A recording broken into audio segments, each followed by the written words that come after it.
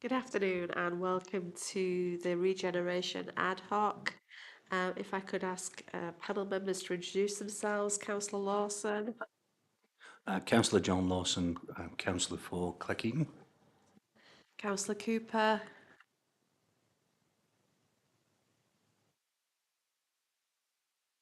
Councillor Andrew Cooper, Councillor for the Newsham Ward. thank you. And I'm Councillor Liz Mays, Chair of the panel, and we have apologies from Councillor Hussain. We're also joined by the Cabinet Member, Councillor Turner. Yeah, Councillor Graham Turner, Cabinet Member for Regen and Economic Growth. Thank you. And if officers can introduce themselves when you're speaking, that would be fantastic. Thank you. As I've said, we've received apologies from Councillor Hussain. The minutes of the previous meeting are here for approval. Do we approve those minutes? Yes, thank you. Are there any points, matters arising for anybody? Councillor Cooper, Councillor Lawson? No? Okay, thank you. Nothing from me. Okay, thanks. Does anybody have any interests they would need to declare? No? Okay, thank you. And this is being held in public and is being webcast.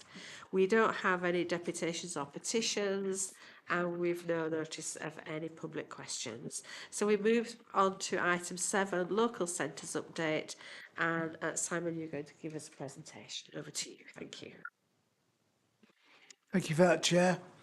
Simon Taylor, Head of Town Centre Programmes. I'm going to run you through our current programme to date. Hopefully you can see the slides on the screen.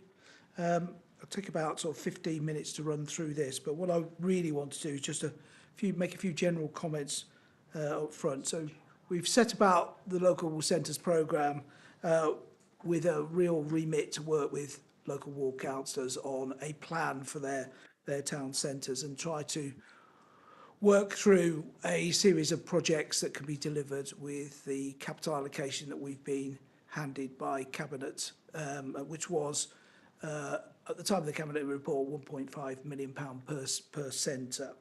As part of that process, we are looking to develop master plans, and as part of that process, we're actively engaging with businesses, local groups and citizens. And importantly, one of the aims is to ensure that a series of projects that we come up with are actually deliverable as well. So we're doing some background work to make sure that's the case.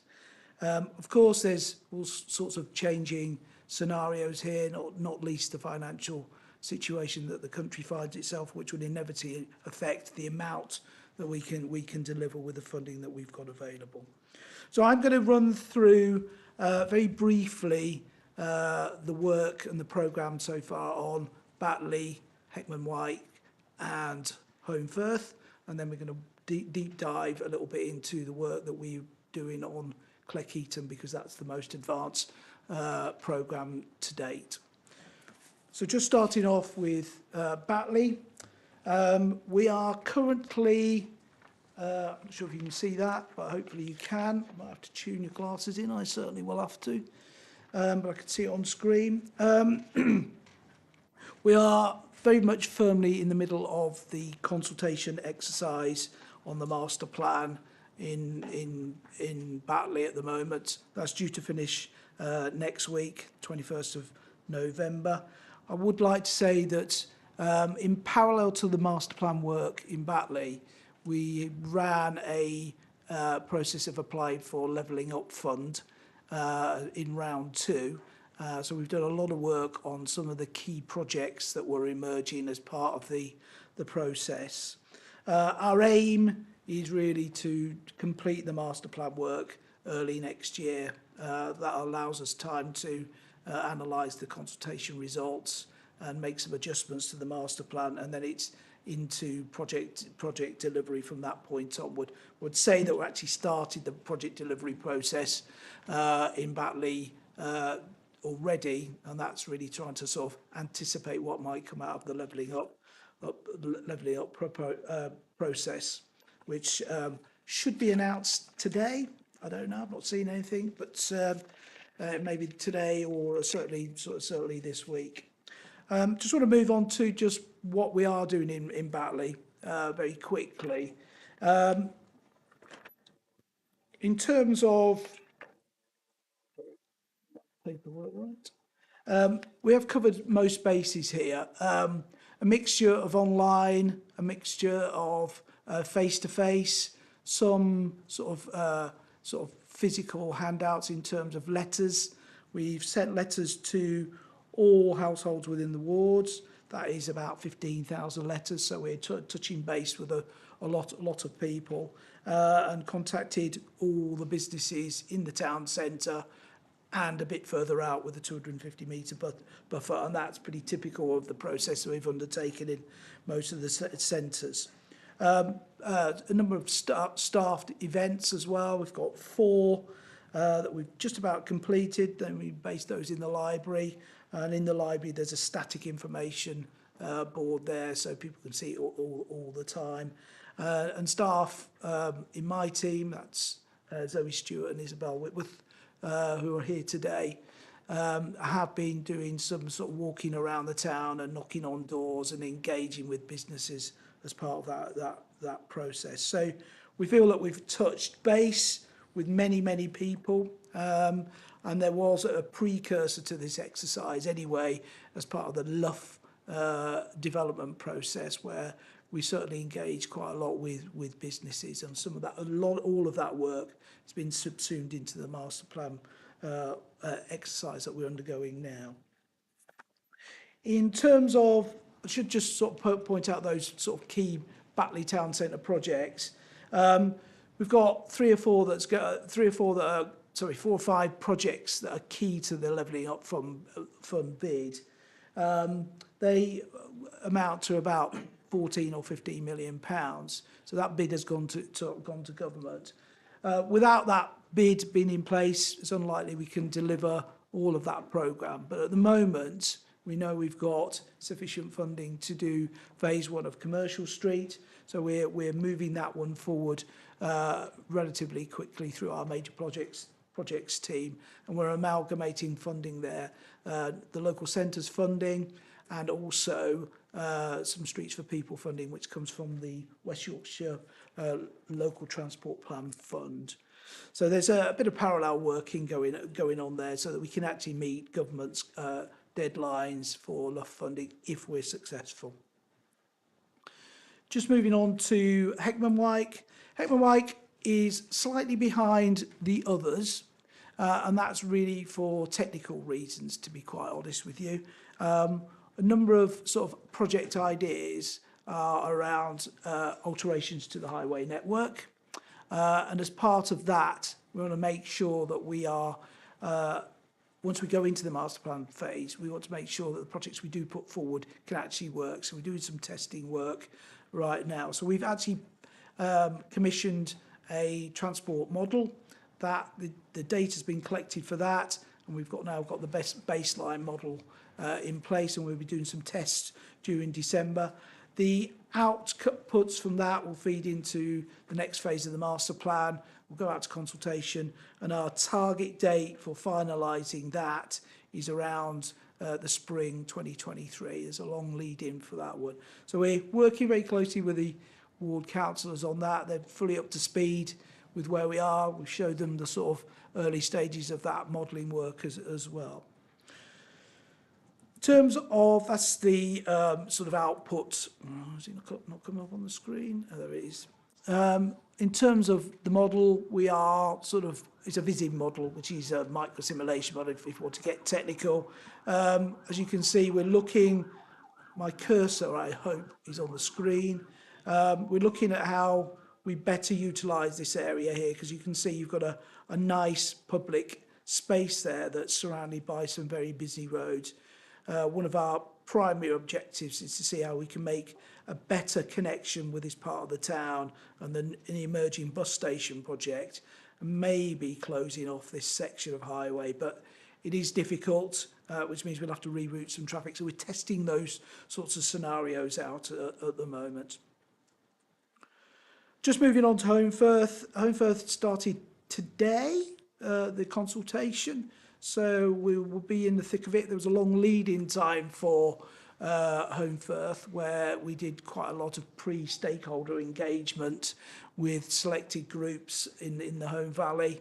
So we're out to consultation now. It started today, as I say. That'll end the 17th of December. We need a little bit of time to analyse that. And again, we're aiming for that master plan to be in place and ready for the spring next year. And I think I should say with all of these projects, we are moving at a pace that the ward councillors feel comfortable with. There's way more engagement to go on than we first anticipated. So all the councillors that we're working with are very keen to touch base with their communities in a way that's meaningful and feeds into the plan. Consultation there, very similar to the Batley stuff. We've got some staff events coming up next week, start on Tuesday. Again, it's about a mixture of types of engagement, hard stuff, online stuff, face-to-face as well. So we are sort of tweaking things as we move through the process. Each one gets sort of tailored a little bit according to sort of local circumstances. But importantly, we're reaching out to as many people in the wards as we possibly can. And in this case, we sent out letters to all the ward residents across Home Valley South. So that's Home Firth. In terms of immediate next steps on these three, over the next 6 to 9 months, our plan is finish off the Batley Town Centre Master Plan consultation and assimilate those consultations and responses into the final master plan. We'll continue with that development of the project on Commercial Street as phase 1. If Luff bid comes through, we'll have to divert some resources onto the other elements. We'll wait for that announcement. But as I said, we're already on with phase 1 in terms of development. We need to cost up the Batley Town Centre Master Plan, complete the Home Firth consultation and run through a very similar process of assimilating those comments into the final plan, finishing off the transport options for Heckman White, and then get that master plan out to consultation. So this is sort of our immediate next steps. Process is to happen after that. I just want to move on now to Kirklees, because this one is the most advanced. So that's the process that we've undertaken since we finished the place standard stuff last year. There's a couple of key things I want to pick out there. We are very conscious that the work we do requires resources. So for a number of the centres, we've been looking for additional resources. So there's a couple of lines in there about UK SPF, which is UK Shared Prosperity Fund, which is the sort of the new equivalent of European funding, really. So we've been able to access, we're given the opportunity to access some additional fundings to help develop some of the projects, and we're waiting again on the outcome of that. I think that that's pretty much imminent. We're likely to hear about that in the next couple of months. Only small amounts of money, but very important. It helps us preserve some of our capital and allows us to spend other money on some of the development work. For us, the next stages are about formal adoption of the plan, which we'll do within the next sort of few weeks. And then it's a case of continuing with the development of the projects, bringing them up to a standard where they can be delivered. The plan for all the centres really is to have at least one deliverable project and at least one project that is ready to be delivered once funding comes on stream. That's the sort of ideal situation. For some, it might be slightly different. You might have to have 2 or 3 projects because the values are not that high. But I suspect for each one, it'll be a deliverable one and one that's ready in the pipeline, and then we'll move on from that point onwards.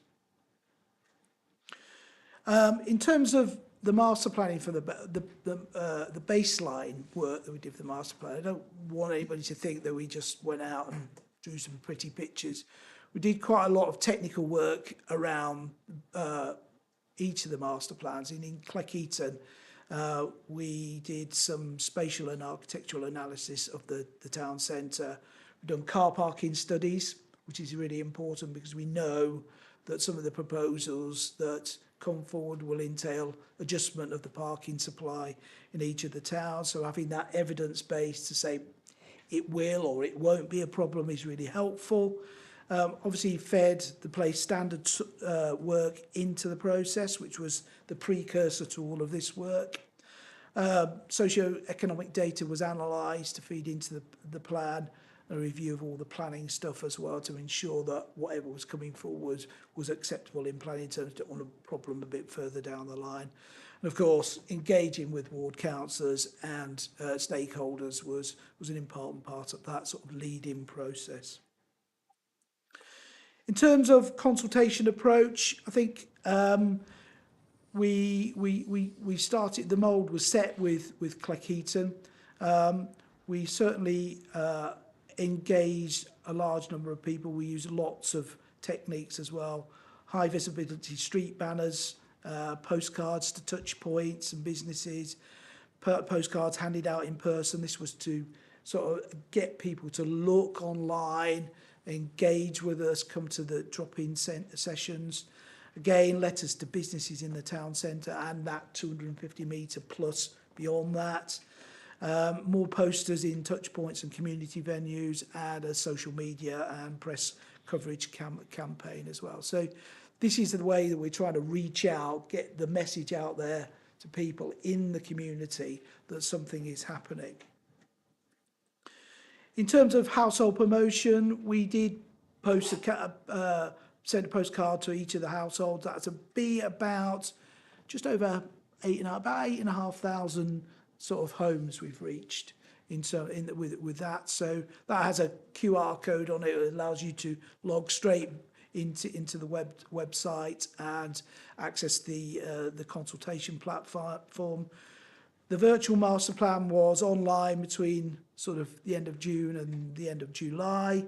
And we did make a decision at the end of that to leave it online for a bit longer to capture any more responses. We don't want to just firm cut-off point. And then physical consultation was master plan boards and questionnaires at Cleckheaton Market and Library, and sort of 4 officer drop-in sessions. One of them at the Cleckheaton Folk Festival, because we wanted to maximise contact with the community at a known event, and actually you can touch base then with people from maybe outside of the area. So put a lot of thought into this. We definitely have accessed a lot of people, and this next slide sort of shows the numbers of people that we've accessed. Letters, about 8,500, letters to businesses, about 320. We've had 2,051 hits on the website, and attendance across the four drop-in sessions were about 220. The disappointing aspect of this, and I think it's something that maybe the panel wants to discuss, is how do you translate that contact into physical completion of the formal questionnaires. As you can see there, that number is quite low, 45, which is, from our perspective, not great, but we know that we've reached out to a lot of people. We know that people have participated. I should say as well, prior to that, we had the place standard exercise. We accessed, there was about 312 formal returns on that. We've done some extra work post master plan consultation with Howard Park Primary School through their school council, and we ran a targeted Facebook campaign around some of the projects as well, and there was about 100 participants in that. So we've done pre-stuff, done the actual master planning engagement, and we've topped that up post exercise as well. In terms of the feedback that we're generally getting, there's quite a lot of agreement with the general proposals, I think it's around 62% of people are either strongly agreeing or agreeing with the set of proposals. 22% are sort of neutral on this, and of course there is some disagreement, sort of 16% of disagreement across the piece. Whether that's about one or project or the whole concept is unclear. As well, we sort of did a bit of an exercise on establishing some of the principles: a green, sustainable town, connected and active town, an inclusive town, an inclusive, diverse town. As you can see there from the figures, quite a lot of common agreement on the principles and the themes running through the master plan. I just want to move on to sort of the projects now. Does that come up? It's come up on my screen, not on there.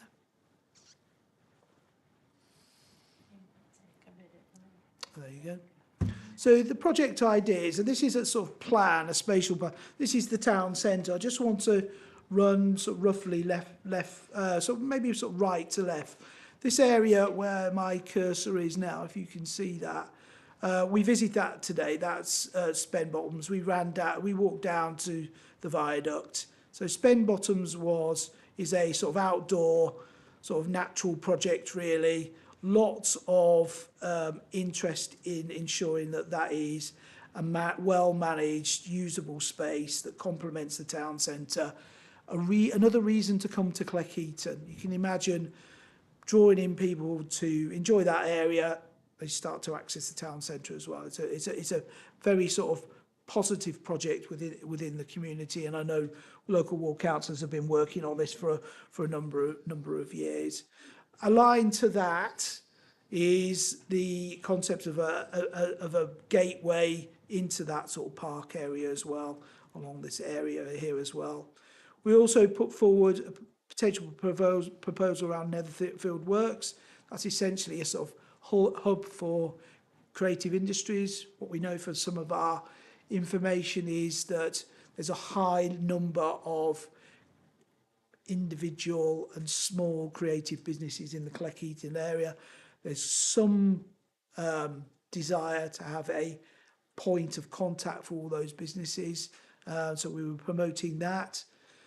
Savoy Square, which is another site that we visited today, that is utilising the space around the market and the newly acquired Savoy Square area, making that into a much better public realm feature and making sure that the market connects with that space in a more meaningful way.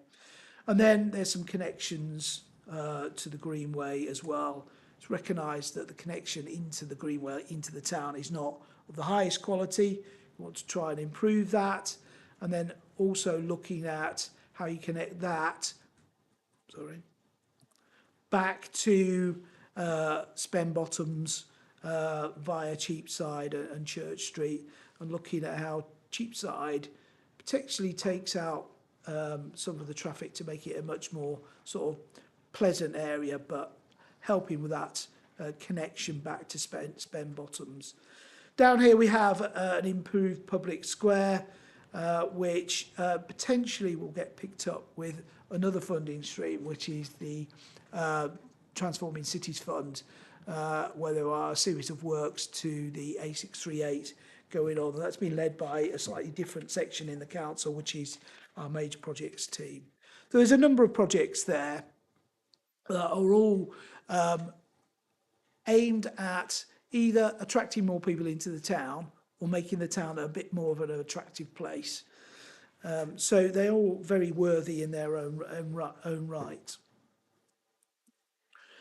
In terms of priorities, we have tested this out through the engagement, and some of that Facebook work and the work with the school will help to sort of like identify the top three. Those being Savoy Square and the Market project, Spen Bottoms and the improved park entrance, and that Greenway connection are sort of the ones that we feel are sort of coming up as the highest priority within the community. Just a little bit of a slide there on the work we did with Howard Park. This is interesting, talking to young people. We're not planning for the generation around at the moment, future generations as well. They have slightly different ideas about what a nice place is, how they want to access the town. So some of that information was really quite interesting. So that was a good exercise to undergo, and it's something we're going to pick up in some of the other exercises as well. So in terms of the immediate next steps for Cleckheaton, I want to get the master plan finalised and agreed.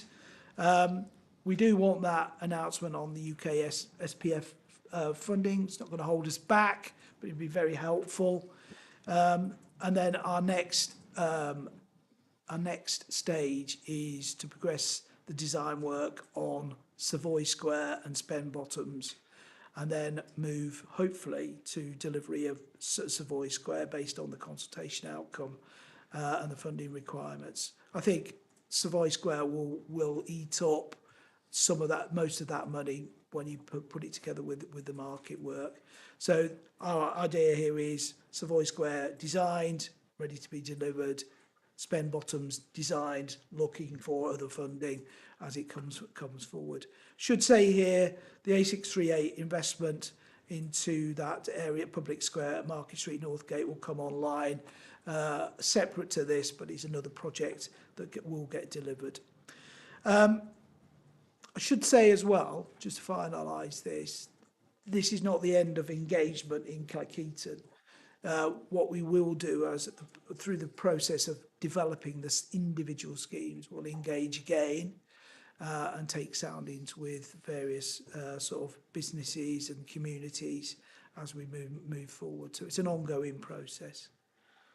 So hopefully that's the end of the presentation. That gives you a flavour of where we are with all of those projects and some of the journey that we've been on in Cleckheaton. So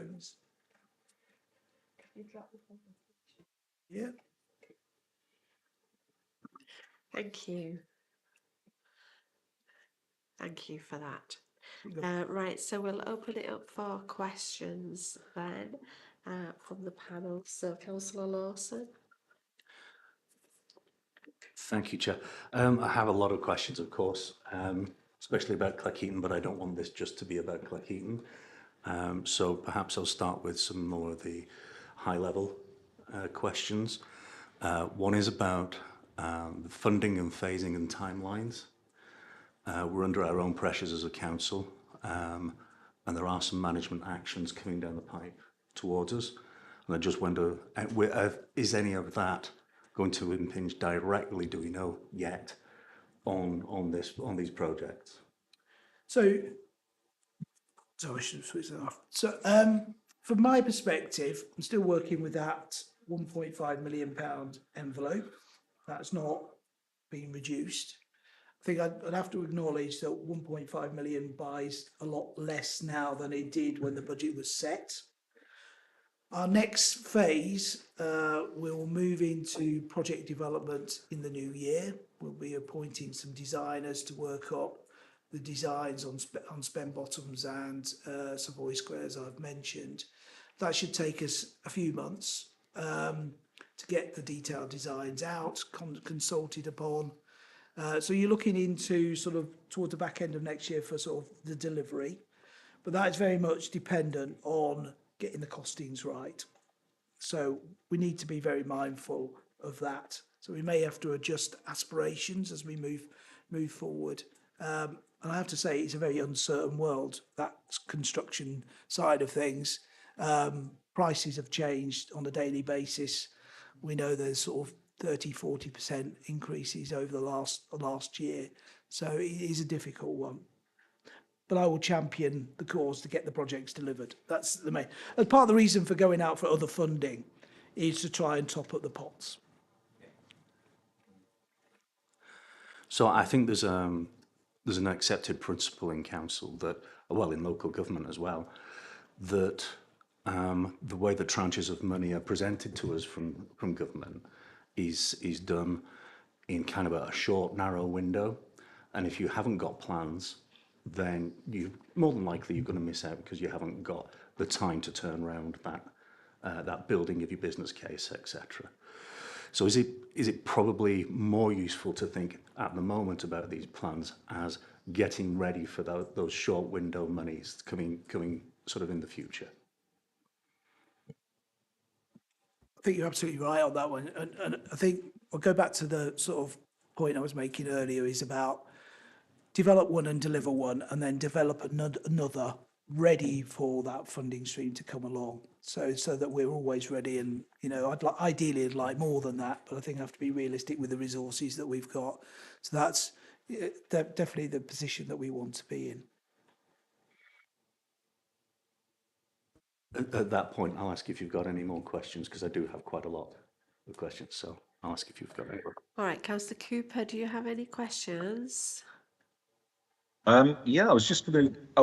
I was interested in public art and whether it's something we've had a lot of emphasis on in places like Huddersfield. But I'm just wondering how far public art is something that's considered as part of the small centres, and in fact given as an option to people when they're thinking about the sort of things that they'd like to see in the area. Yeah, it is very much an option that is considered. I think not come up high in Cleckheaton, a little bit in Batley. I think where it's come across most strongly is in Holmfirth. So there's great desire to bring in public art into the town centre. Whether it'll be the number one priority remains to be seen, but certainly ward councillors and stakeholders have expressed that desire there. So it varies from town to town, but it's certainly something that can be considered. So really, just to probe a little bit more, I mean, is it something that we put in front of people? Do we say that this is something that in your own way might actually give you a sense of place? Is it something that we're putting forward as something that they could look at? The concept of public art in the town centres, yes, not individual bits of art. I think that's have to come a bit later on. But the cabinet report, I believe, when we set up the small centres or local centres work, did identify public art as an acceptable project to be funded. And as I say, it's coming through in the Holmfirth work. Okay, thank you. Okay, thanks. Can I ask about consultation, please? I'm just not concentrating on the Cleckheaton one, but on all of the consultation ones. So we had good participation from the drop-ins, and you had over 2,000 hits onto the online consultation platform, but only 45 completed questionnaires. Is that a pattern that you've seen where you've consulted elsewhere as well? Or is it, how are you adapting the consultation? So the Holmfirth one is just starting, isn't it? So how are you adapting the consultations to try and get a better response? Because I'm concerned whether when we're going for funding and when we're doing major projects, as to whether a small number of completed questionnaires is actually considered a safe level of consultation for that. And this is why I'm not concentrating on Cleckheaton in particular, but actually across the board. Okay. I think that in terms of consultation, I think in general, and we've spoke to other projects, is that we find that the actual conversion into physical questionnaires is lower than we'd want. I think in terms of trying to capture everyone, we've offered different means of engaging, so whether that's drop-in online, telephone assistance and things like that. We've offered packs so that they can go directly to households, and we've sent directly to businesses because we've seen that there was low engagement in terms of on the letter. I think in terms of we use postcards in Cleckheaton, so we're doing a much more personalised approach in others. We're trying to learn as we're going along and where we're seeing gaps at the minute. We've seen a higher uptake in Batley. I think in terms of other projects and experience in Cleckheaton is that we seem to struggle in general as a council to get engagement. So we've tried to learn on what's been historically done, and obviously, the conversion rate still hasn't improved. So I think as we go into the projects, and once people have much more of a, something to grasp onto, these are all concepts at the minute. I think sometimes, the public struggle to understand or engage in that. So hopefully, and we'll do workshops and things like that for actual designs of projects going forward. Yeah, I think it's that final bit that Isabel put forward. Then it was around. Sometimes I've worked on some of these sort of master plan projects before. The sort of strategic stuff doesn't always grab everybody's attention. It's the projects really that where people do dive in, which is why I was saying at the end of that the engagement's not going to stop. I think it is disappointing when we have put such a lot of effort into this, and I know that other departments in the council put a lot of effort into consultation, and there has been a lot going on over the last few years as we've moved into a much more of a sort of project delivery phase. But I'm confident that we have actually reached out to a lot of people in a lot of the centres. So I'm confident that people know about what's going on. I'm confident that from some of the sort of face-to-face sessions that people generally are sort of going, yes, great, this is a positive thing. It doesn't translate into somebody filling in a questionnaire, though, which is really, really difficult. I just wondered if the number of schools that you were going into, if you were expanding the number of schools, so not just schools in an immediate vicinity of the project, but schools in that area, to get a wider young people's voice as well into this. And I also wondered, because you got over 2,000 looks at the consultation platform, whether you were thinking of maybe just having some tick boxes where people could say, yes, I like this, no, I don't, rather than going into a detailed questionnaire for the future, yeah. The idea of the quick response was why we went out with the Facebook ads, because that's very much a kind of a yes-no. So we hoped that would engage more, and we did get the almost 100 doing that. So it's not huge numbers still, but it was a very kind of quick fire. And in terms of engaging with the young people, that was something that was really useful actually. And certainly we're reaching out to the hub coordinators to try and get into both primary and secondary, because obviously there's slightly different approaches. So we've started that process for both Holmfirth and Batley. We've got somebody lined up as well. So that's something we want to expand and do it in an age-appropriate way, but get that really sort of important buy-in.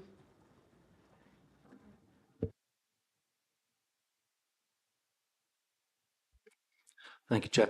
I remember I was talking about the Facebook polling, and that came out through a session with ward councillors. So I would encourage anybody who's going through any ward councillors who are going through this process to engage at that level, because this is it has been a very iterative process. It's been a discussive process. So it's been a very valuable one for ward members to understand what's going on and to feel as though that they've had input.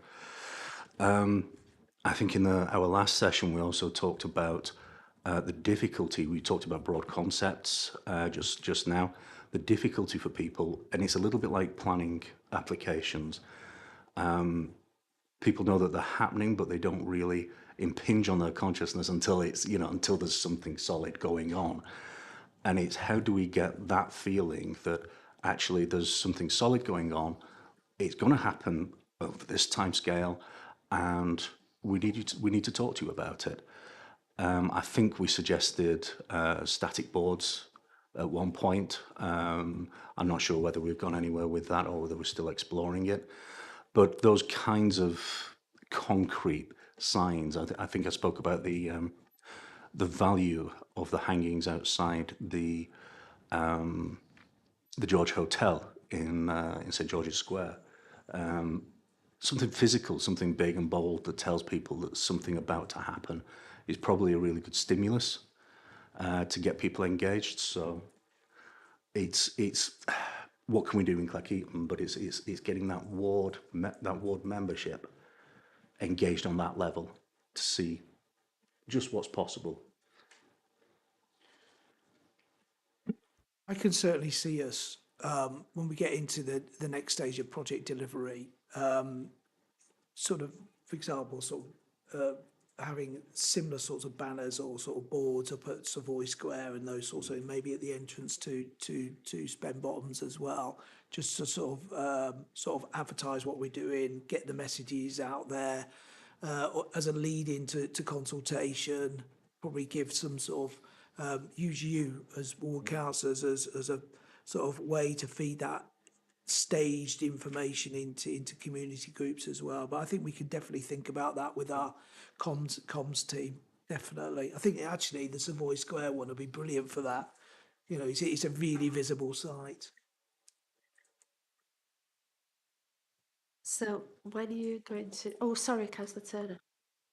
I just want to add to what John was saying there about that visibility. You're right, the George Hotel does look good, but on News Street last week, we put some planters there, and they've got pictographs on, so it's what we wanted to do, and it gives a timeline, because that's one of the conversations I've had with many people, is how long is it going to take, where do I find out how long it's going to take? And I think having that, something like that, works really well, because I walked down there the other day, and there's loads of people reading them. I mean, I know they don't just people, but some people go, oh, something new to look at. But that visual thing that says, this is the timeline, this is what it's going to look like, I think it helps people understand a little bit better, and a bit of an explanation that, because it's going to take a while, the surfaces and what you see now is temporary. You know, it takes a long time to do this space, it's a main shopping precinct. So I do think something like that seems to be working well in other fields, so something like that may well work well here. I mean, we haven't got a big hotel to wrap, but something like that I think is really positive. So, I was going to ask about the engagement then on the particular projects. So how do you see that differing from the engagement work you've done so far to try and get more people participating, just not looking and but actually participating, so you've got plenty of responses back as to how people are feeling? Have you had any thoughts on that at this moment in time? I think, to be fair, we probably haven't given it lots and lots of detailed thought right now. However, we do know from the work in other areas particularly with our major projects team, they're fine-tuning the way that they engage on some of this, and we certainly open to suggestion about the best ways forward. I'd like to see a very long lead-in process with this, rather than just sort of leave it to the end and here you go, what do you think to this? We might actually, particularly for something, I hate to pick up on Cleckheaton, but I think it's the one that's most advanced.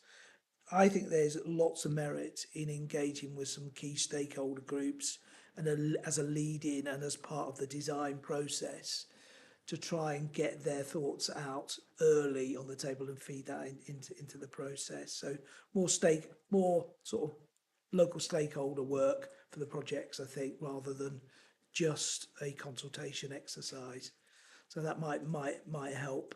And I think that's the way some of the major project stuff is working. So have you any plans, for instance, to put anything, to ask the shops to actually have information in the shops to give to their customers, etc.? Do you have anything just so if there's a major supermarket or a major store or something that has a lot of footfall, to actually go there as well? And will you be, when you're saying you're having a lot of people feeding back verbally, will you be taking verbal participation as your responses as well as the written?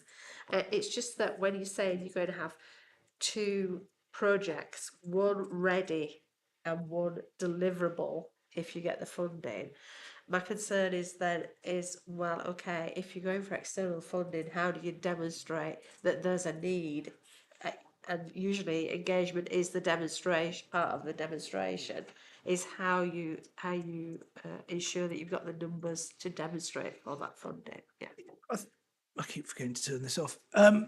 I think on the last point, I think the exercise that we've undertaken so far will be a good basis to move forward for funding. I definitely think, because that's all documented. I think we probably need to find a more efficient way to capture some of the verbal stuff, definitely, because I think certainly when you were out at the events, you get in lots and lots and lots of information. We tried to download as much of that as we possibly could. We got little iPads to do that, so we can make more of that. But I'm not worried about the funding side of things. I think the exercise we've undertaken is, I would say, is probably as strong as other exercises I've seen.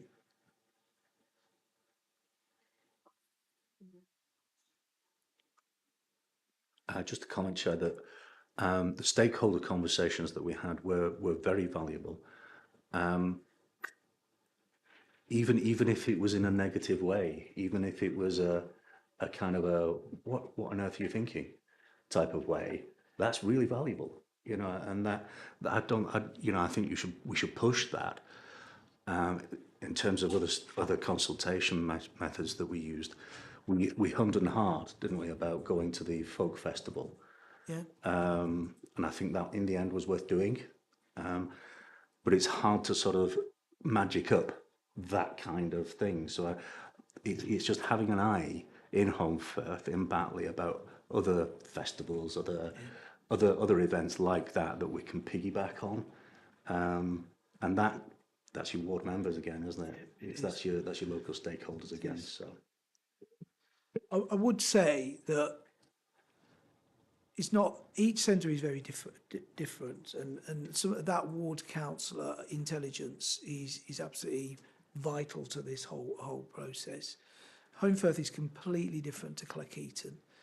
In Holmfirth, there's lots of sort of very active community groups, and we've engaged with, there's a myriad of them, and sometimes it's difficult to understand how they all fit together, but we've engaged with all of them.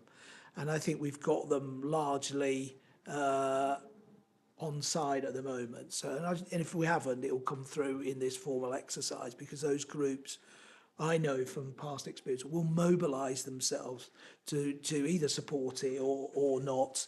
And they've been really valuable sort of sources of early information. So it does vary from centre to centre, I have to say that. Just going back to the consultation, when you do things, and you say we've got 2,000 and odd hits on the website without a lot of interaction, I think that's just the way the web works. I think people look at things and go, oh, that's all right, move on. So I take the fact that 2,800, I reckon most of them are positive. Because people just go, oh, that's all right, move on. Because that's how people use the internet, don't they? That you're scrolling through stuff all the time. You see something that catches your eye, you go, oh, yeah, that's all right. But you're not going to sit and necessarily do a consultation because someone else has cropped up a corner, hasn't it? You move on to. I think that's just the nature of the internet where people use it. So it's a different form of consultation, isn't it? A different response. I think the fact they haven't said anything is a positive. If you look at some of the local newspapers, for instance, people only comment when they want to moan about something. It's very rare that even however good a story is, anybody says, oh, that's really good, I like that. They just find a way to moan about it. And despite the fact, once you read what they've said, they clearly have never read the article. So I think people eating something but not necessarily responding is positive. If they don't like it, they'll tell you. If they like it, they move on. Because that seems to be the way of the world at the moment. Yeah, I think that's why I was asking about the sort of just a yes or no tick box, so that if you were strolling through the plans, you could just say, yeah, I'm fine, and I don't want to fill the questionnaire in. Do you know what I mean? It's something that, because, you know, it's such a shame that you'd had 2,000 hits, but not that number of questionnaires filled in, isn't it? I mean, that would have been really positive for everybody, wouldn't it? I think although we had 45 full questionnaires, we had, depending on how people felt about particular projects, is we had a lot more engagement. So as you were saying, you know, if people are happy or we're missing something, is that they are coming forward and communicating. So And just another thing is, I think we've all probably fallen upon this when you see someone on the internet who says, oh, can you give me your opinion on something? It'll take a couple of minutes of your time. 20 minutes later, you're thinking, I've invested 20 minutes, I might as well finish it. So I think some people are getting involved in that because it seems to go on forever and ever. Certainly a lot of these, you know, less salubrious ones, shall we say. So I think there's I'm going to get tied up in this for ages. So they move on. Yeah, I'm all right with that. That's fine. So if we can do a yes or no tick box, that'll probably give us a bit more feedback. So can I just add that Home Firth is doing that? We're having a yes/no for the first time, so we'll see how that goes. So we are trying to evolve and sort of learn. So yeah, we'll see how that goes. Okay, that's really good. Yeah, it will be interesting to see if that provides, because and then when you're consulting on the different individual projects, then whatever's worked, it can be taken forward, can't it? That is a really good thing. Okay, do we have any more questions, Councillor Cooper? Do you have anything? No. No, Councillor Lawson. Okay then, so can I thank everybody for attending today, and can I thank Clackheaton Town Hall for their hospitality, and it was very interesting to have a walk around to look at the areas, and before the meeting, so thank you very much everybody, thank you. Thank you.